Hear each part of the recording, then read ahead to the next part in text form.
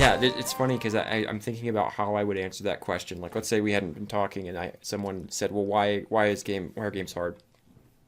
Um, and there's two dominant ideas that come to mind. One is that either you're a solo dev, and then it's hard because you have to do everything, and it's really hard to do everything involved in making a game, just because it's a massive number of different things. So that one, I would say that it is actually the work of the game that becomes hard. Possible, and some people have done it, but hard. The other side of that, though, is the relationships of just anytime a whole bunch of human beings get together, it's life gets really complicated. And I think you would tie into that. Yes, and one of the reasons is one of the hardest things to get that group of people to do is align on anything. Is to I can bring, and this is where we've talked about this before on the podcast, but the idea of all-star teams. Oh, I'll bring in the best of this and the best of that, and I'll bring the best VFX artist and the best, and you pull them together, and you're like, well, all of the best game developers, they've got to make it successful. Surely they will make it. And you almost act as if you've done the most important part. And to some extent, by the way, the idea of getting the right people on the bus, there's a reality to that idea, right? I don't want to just knock that idea. But the idea that you're going to bring in 10 all-stars from 10 different disciplines and they're going to somehow together make the best game work. Yeah, that's not how any of it works. And to your point, I think that ties to vision. The second thing I would have said is that the thing that's hard is that so many studios focus more on productivity instead of prioritization.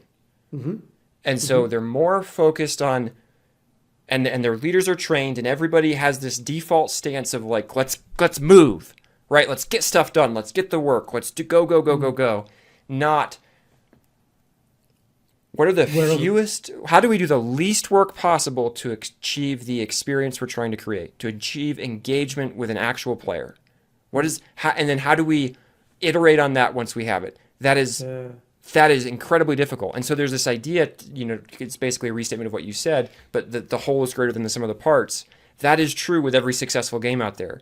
It's not, I can probably find a bad game that has amazing individual components in it. And in fact, I know I can. I've played them, right? Me too. And the hardest thing is picking which things. And to pick which things are most important, you have to know the why. So what we're saying here is, to sum up, it's teamwork. Whenever you get a team of people, so that analogy you made, we get all the all-stars, that's a group of people. Like individuals, no interconnection, right? It's like you're best at art and programming and design. That is not a team, that's a group. Like you're all here, but why are you together? What are you working towards? A team, you have to have alignment to have a team. We're here for that purpose, that singular purpose. And as you probably are well aware as well, that sometimes those ninjas and gurus and experts, they are not great team players. So the science, we haven't talked about, again, this could be like a 3-part podcast. We haven't talked about what makes you a good team player. People think that it's your individual skill, which is clearly not true. I would take someone who's a team player over someone who is a bit better at their own discipline. Like if 2 people we could hire, this person's better than that player, better than that person. Who's the better team player though? You're asking the wrong question. You just focused on technical ability. Can they do the thing better? Yep. I think you're asking the wrong question. The science of teams is you want team players. They're the ones who'll get it done. And the overall output will be better. The other ones are probably more toxic. Well, again, we're generalizing here. Even if we don't say they're toxic, because I think maybe that goes too far. It's that there's an increase, especially if they're all-stars and they're known as all-stars. There's an increase in, how I say this, the number of assumptions they make about what it means to work well as an individual and collectively.